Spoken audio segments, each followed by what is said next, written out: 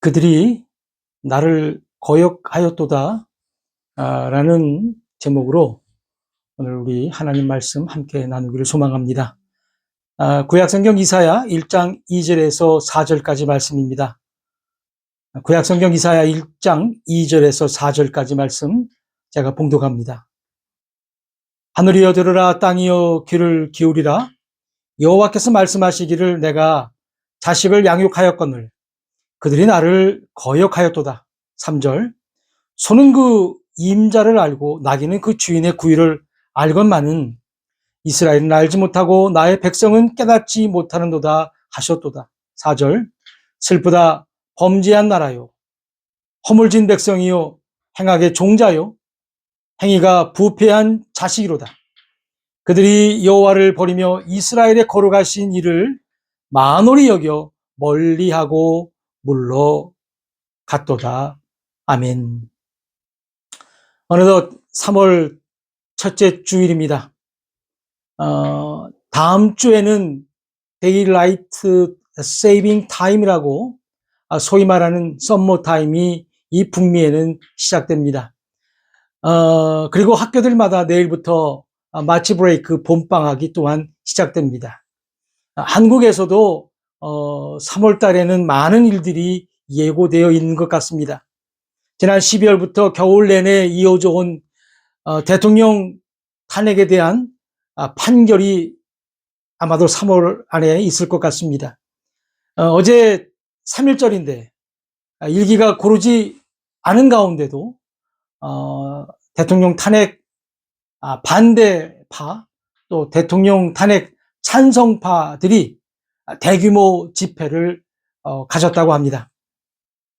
지금 한국에서 일어나고 있는 이러한 일들은 비단 한국 정치에만 있는 것이 아니라 성경에도 기록되어 있다는 것입니다. 오늘 우리 제목처럼 그들이 나를 거역하였도다가 무슨 뜻이며 이를 통해 우리는 어떻게 해야 하는지를 오늘 함께 살펴보기를 원합니다. 거역하였도다는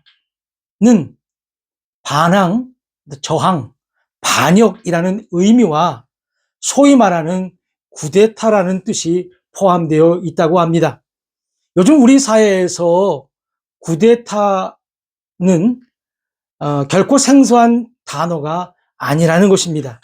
이 쿠데타는 프랑스어에서 유래된 말로 직역하면 나라의 타격이라는 뜻이라고 합니다. 영어에서는 쿠데이타 정도로 발음을 하고요. 일반적으로 간단히 쿠라고 줄여서 표현하기도 한다고 합니다. 뜻은 무력으로 정권을 뺏는 것을 말하고 있습니다. 이번 한국에서 일어난 사건을 보면 현 대통령이 계엄을 선포한 행위를 친위 쿠데타라고 합니다.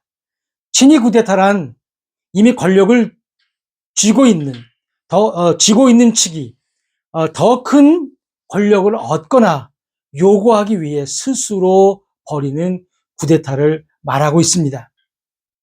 얼마 전에 상영되었던 영화에서도요, 쿠데타가 성공하면 혁명이고 실패하면 반역이라는 말이 화제가 되기도 했었습니다. 현재 한국의 대통령은 이 비상계엄을 통한 친위 쿠데타가 성공을 못해 지금 구치소에서 탄핵 결정을 기다리고 있는 현실입니다. 우리는 이러한 상황을 뉴스를 통해 헌법재판소에서 벌어지고 있는 모든 광경을 실시간으로 볼 수 있었습니다.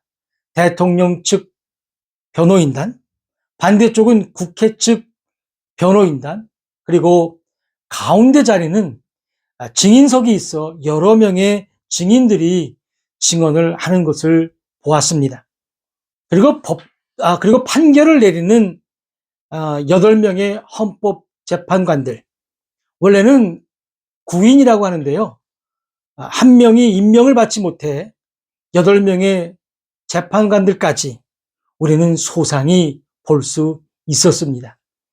아마도 역대 세계 어느 나라의 국민들보다 한국인들은 이러한 사태로 법에 대한 지식이 엄청나게 향상되었을 것입니다.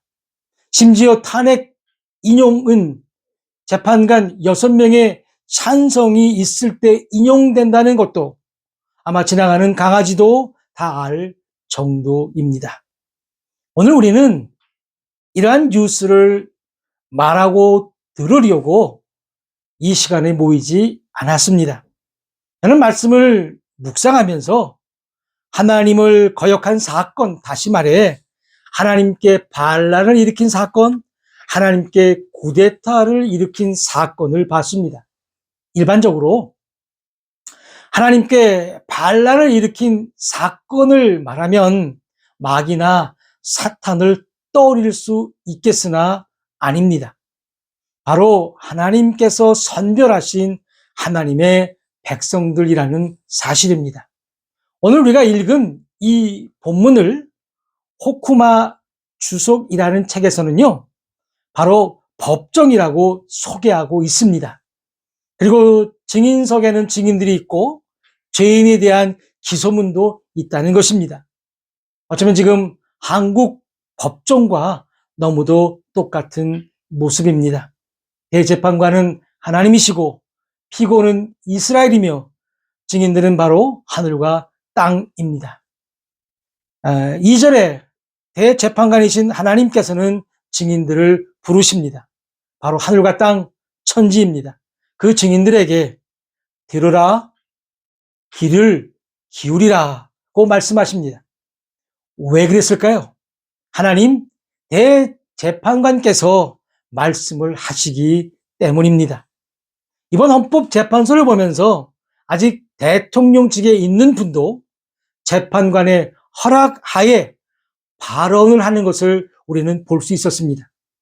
재판관이 하는 말을 들어야 하는 것입니다. 그 대재판관이 판결을 내리셨는데 그들이 나를 거역했다는 것입니다. 한마디로 쿠데타 내란을 일으킨 것입니다. 영어 성경에는 they have rebelled against me라고 기록되어 있습니다. 이스라엘이 하나님을 거역한 것이 바로 쿠데타요 내란인 것입니다. 일국의 대통령도 국민을 상대로 쿠데타를 일으킬 경우 실패하면 재판을 통해 사형이나 무기징역 또는 무기금고형에 처할 수 있는데 지금 이스라엘은 하나님을 상대로 반란을 쿠데타를 일으킨 것입니다. 증인으로 불러나온 하늘과 땅은 언제나 하나님의 말씀을 따라 움직입니다. 지금까지 한 번도 하나님의 말씀을 거역한 적이 없습니다. 만약 하늘과 땅이 한 번이라도 반란을 일으켰다면 약 70억에 달하는 지구인들은 아마도 존재하지 못했을 것입니다. 그런데 유독 하나님께서 선별하신 나라가 하나님을 상대로 반란을 일으켰습니다. 이 땅에서도 반란을 일으킨 사람들은 일반 국민이 아닙니다. 하루하루 열심히 사는 일반 국민이 아니라 정권에 취해 있는 극소수의 사람이라는 것입니다. 3절을 통해 재판관은 이스라엘은 짐승만도 못하다고 평가하고 있습니다. 3절입니다. 소도 자기 주인을 알고 나귀도 자기 주인의 구유를 아는데 이스라엘은 알지 못하고 나의 백성은 깨닫지 못한다고 말씀하고 있는 것입니다. 기소장은 4절에 가서 극치를 이루고 있습니다. 죄 지은 민족, 죄악을 짊어진 백성, 행악자들의 씨앗, 부패한 자손들, 그들이 주를 버렸고 이스라엘의 거룩한 분을 성내게 하였으며 그들은 타락하여 멀리 갔다고 말씀하고 있는 것입니다. 왜 이러한 일이 일어난 것일까요? 아니, 왜 한국에 이러한 일이 일어난 것일까요?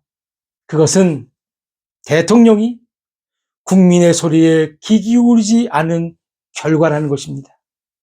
오늘 이스라엘이 쿠데타를 일으킨 원인은 바로 하나님의 말씀을 듣지 않고 그 말씀에 귀를 기울이지 않는 결과에서 비롯된 것이라는 겁니다.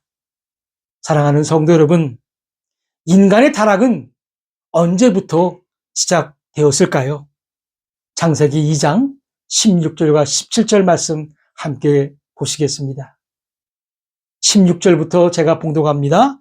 여호와 하나님이 그 사람에게 명하여 이르시되 동산 각종 나무의 열매는 내가 임의로 먹되 17절 선악을 알게 하는 나무의 열매는 먹지 말라. 내가 먹는 날에는 반드시 죽으리라 하시니라. 하나님은 최초의 인간에게 말씀하셨습니다. 선악을 알게 하는 나무의 실과는 먹지 말라. 먹으면 반드시 죽는다는 것이었습니다. 그리고 아담이 홀로 있는 게 좋지 않게 여기셔서 여자를 만들어 배필로 주셨습니다. 창세기 3장 1절부터 5절까지 말씀 한 번 더 보겠습니다. 그런데 뱀은 여호와 하나님이 지으신 들짐승 중에 가장 간교하니라. 뱀이 여자에게 물어 이르되 하나님이 참으로 너희에게 동산 모든 나무의 열매를 먹지 말라 하시더냐? 2절 여자가 뱀에게 말하되 동산 나무의 열매를 우리가 먹을 수 있으나 3절 동산 중앙에 있는 나무의 열매는 하나님의 말씀에 너희는 먹지도 말고 만지지도 말라 너희가 죽을까 하노라 하셨느니라. 4절 뱀이 여자에게 이르되 너희가 결코 죽지 아니하리라. 5절 너희가 그것을 먹는 날에는 너희 눈이 밝아져 하나님과 같이 되어 선악을 알 줄 하나님이 아심이니라. 그런데 하나님께 반역하게끔 만드는 존재가 하나님의 말씀을 왜곡하여 이 말씀을 지키지 않게 만들고 있는 것입니다. 그 결과는 인간의 타락의 시초는 최초의 인간들이 하나님의 말씀을 듣지 않은 것입니다.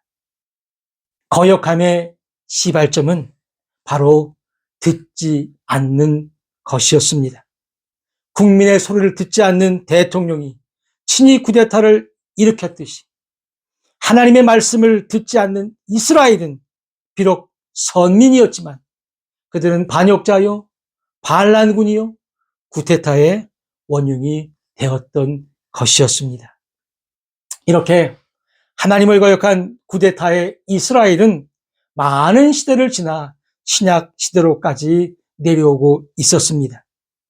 여기에 등장하는 한 인물이 있는데 그는 우리가 뉴스에서 들었던 내란 수계였습니다. 친히 쿠데타를 일으킨 대통령을 언론은 내란 수계요, 내란 우두머리라고 하는데 성경에도 괴수요, 우두머리 영어로 치프로 기록되어 있다는 것입니다.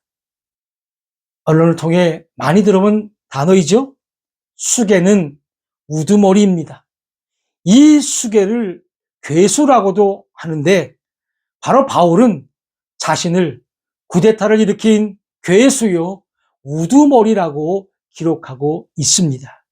디모데전서 1장 15절입니다.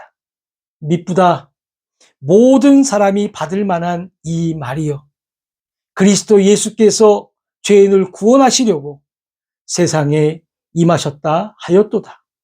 죄인 중에 내가 괴수니라.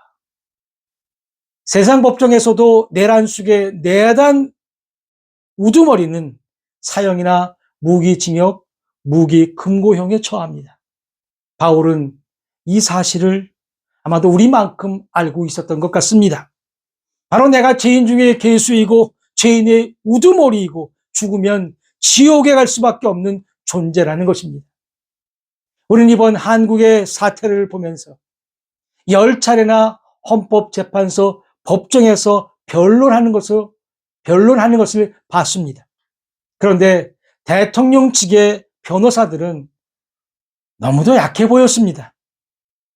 바울은 다메섹에서 주님을 영접한 후 그는 도무지 살 수 없는, 용서받을 수 없는 죄인의 우두머리라는 사실을 알게 되었고, 자기가 살 수 있는 유일한 방법은 예수 그리스도라는 변호사를 믿는 것밖에 없다는 사실을 알게 되었던 것이었습니다. 국민에게 계엄을 선포하고 쿠데타를 일으킨 대통령도 10차례 변론을 하면서 죄를 사함받아 보려고 하는데, 하물며 하나님께 쿠데타를 일으킨 죄인에게는 오직 죽음밖에 없다는 사실입니다. 그런데 하나님께서는 인생들을 불쌍히 여기셔서 자신의 독생자이신 예수 그리스도를 보내주셔서 우리를 변론하게 하시고 있다는 사실입니다. 심지어 십자가에서 우리 죄를 위해 죽으시기까지 해서 우리를 구원하시려는 이 놀라운 사랑과 은혜이신 예수를 믿기만 하면 구원을 받는다는 것입니다. 여러분, 얼마나 쉬운 일입니까?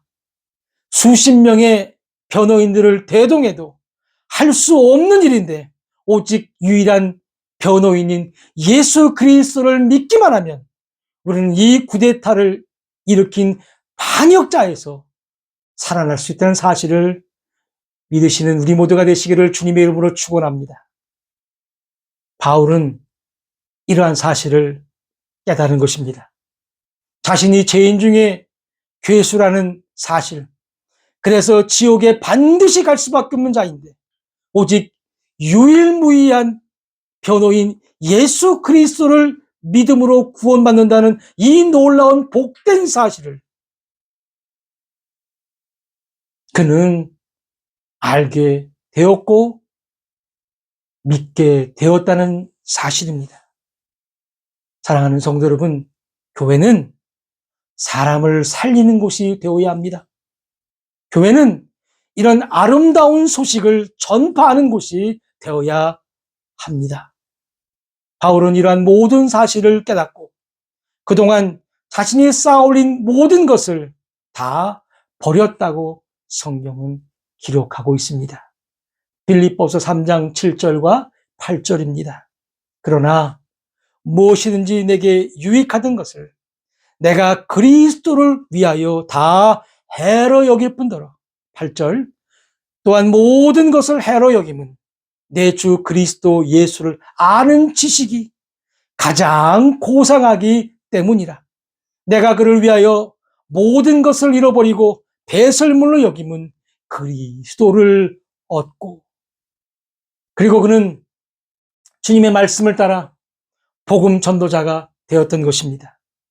고린도전서 9장 16절과 17절입니다. 내가 복음을 전할지라도 자랑할 것이 없으면 내가 부득불 할 일임이라. 만일 복음을 전하지 아니하면 내게 화가 있을 것이로다. 17절, 내가 내 자유로 이것을 행하면 상을 얻으려니와 내가 자유로 아니한다 할지라도 나는 사명을 받았노라. 사랑하는 성도 여러분, 우리도 깨달아야 합니다.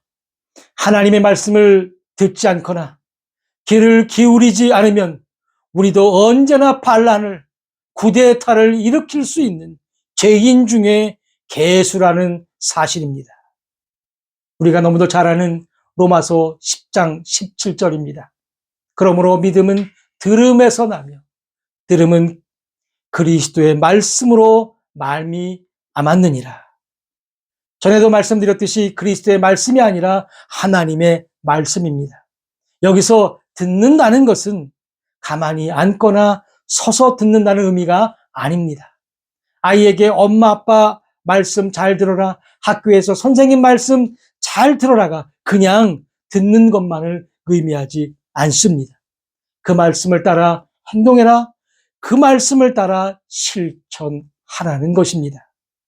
교회에서 가끔은요, 교인들끼리나 또는 교인과 목회자 사이에 분쟁이 일어나기도 합니다.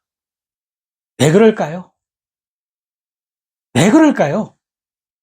같은 교회에서 같은 말씀을 듣는데 왜 그러한 일이 일어날까요? 이유는 간단합니다. 듣기만 했지 그 말씀을 따라 살지 않아서입니다. 전하기만 했지 그 말씀을 따라 살지 않아서라는 사실입니다. 오죽하면 요한계시록에 귀 있는 자는 성령이 교회들에게 하시는 말씀을 들을지어다 라고 기록했겠습니까? 귀가 없는 분이 계십니까? 사고가 아니면 사람은 누구나 귀를 가지고 있습니다. 이 귀에 소리만 담지 말고 그 소리를 통해 들려오는 하나님의 말씀을 너의 몸에, 우리 몸에 새겨 행하라. 실천하라는 것입니다. 아멘. 이것이 믿음이 되는 것입니다. 그리스도인들이 세상 사람과 다른 것이 무엇입니까? 바로 하나님의 말씀을 듣는 것입니다.